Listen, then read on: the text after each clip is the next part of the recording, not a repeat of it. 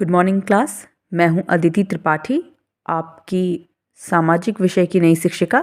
और आज से यह विषय मैं आपको पढ़ाऊंगी। आपकी बुक सामाजिक एवं राजनीतिक जीवन का 7वां अध्याय आज हम देखेंगे और इसको समझने की हम कोशिश करेंगे। तो जैसा कि आप देख रहे हैं, इस चैप्टर का नाम है हाशियाकरण की समझ। तो हाशिया क्या होता है, हाशियाकरण क्या है, ये हम इसमें आइए देखने की कोशिश करते हैं। मैं उम्मीद करती हूँ आप सबके पास बुक्स हैं, तो आप उन किताबों को देखिए, इस चैप्टर को अच्छे से पढ़िएगा, तो तब आपको ये वीडियो ज़्यादा अच्छे से समझ में आएगा। ठीक है, तो आइए शुरू करते हैं। सामाजिक रूप से हाशिए पर होने का क्या मतलब होता है। आप कॉपियों के जिन पन्नों पर लिखते हैं, उनकी बाईं ओर खाली जगह होती है जहां आमतौर पर लिखा नहीं जाता है, उसे पन्ने का हाशिया कहा जाता है।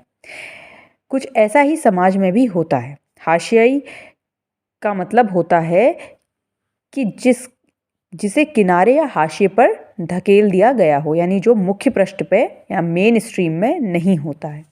ऐसे में वह व्यक्ति चीज़ों के केंद्र में नहीं रहता।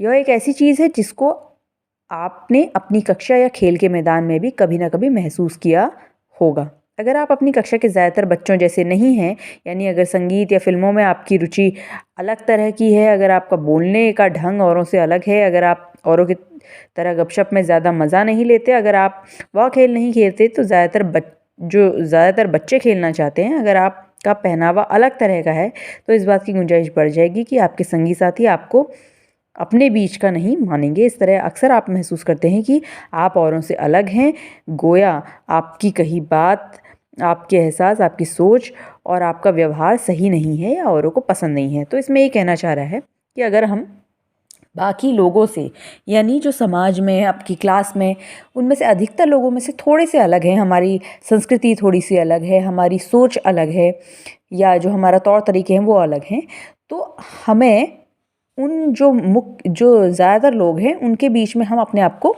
अकेला महसूस करते हैं या हमें अकेला महसूस कराया जाता है। तो यानी हम मुख्य जगहों पर नहीं रहकर थोड़े से छिटक से जाते हैं। तो यही है हाशियाकरण। तो समाज में इसे किस तरह से, हाशिया का क्या मतलब है, ये इसमें बताने की कोशिश की है। तो आइए देखते हैं आगे। कक्षा की तरह समाज में भी ऐसे समूह या समुदाय हो सकते हैं जिन्हें इस तरह की बेदखली का एहसास रहता है।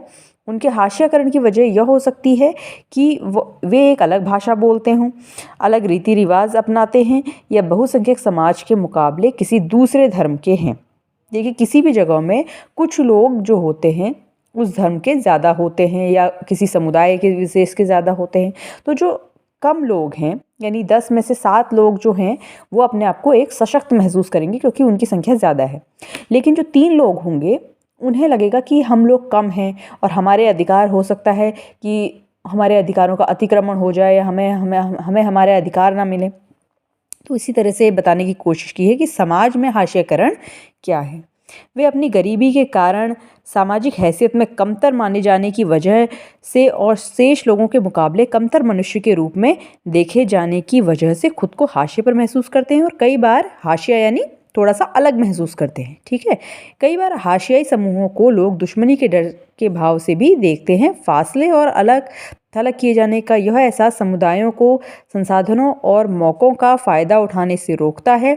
फलस्वरूप हाशियाई समुदाय, यानी जो अलग, जो पिछड़ चुका है या जो मुख्य जो है केंद्र में नहीं है, वैसा समुदाय अपने अधिकारों के लिए आवाज़ उठाने में चूक जाते हैं। उन्हें समाज के ऐसे ताकतवर और वर्चस्वशाली तबकों के मुकाबले शक्तिहीनता और पराजय का एहसास रहता है, जिनके पास ज़मीन है, धन दौलत है, जो ज़्यादा पढ़े लिखे, राजनीतिक रूप से ज़्यादा ताकतवर हैं।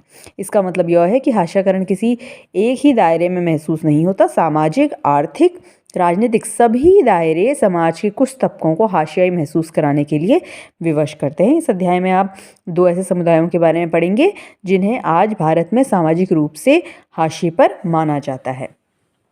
तो आज ये एक इंट्रोडक्टरी क्लास है जिसमें हम हाशियाकरण को हमने समझा कि किस तरह से सिर्फ आर्थिक रूप से ही नहीं, कि अगर हमारे पास कम पैसे हैं या हम उतने धनी नहीं हैं, अमीर गरीब के ही बीच में हाशियाकरण नहीं होता, बल्कि सामाजिक रूप से आर्थिक भी होता है, सामाजिक भी होता है, राजनीतिक भी होता है, जो शक्तिशाली और शक्तिहीन वर्ग के बीच में होता है और ये हम कई तरीक़ों से देखते हैं। तो आज हम इसका मतलब हमने समझा है और आपको अपनी अपनी बुक्स में इसे भी देखना है अच्छे से। इसमें एक आदिवासी व्यक्ति बता रहा है कि कैसे हमारे पास एक भरा पूरा जंगल था, हमारी संस्कृति थी, और कैसे फिर बाहर से लोग आते हैं, उस जंगलों को काट के ले जाते हैं, हमें हमारी भूमि से बेदखल कर देते हैं और हम वहाँ छोटी मोटी नौकरी करते हैं। वहाँ एक लड़की है जो शहर में जा चुकी है उसी हाशियाई समुदाय की, और वो कहती है कि भाई अब मैं इस पर एक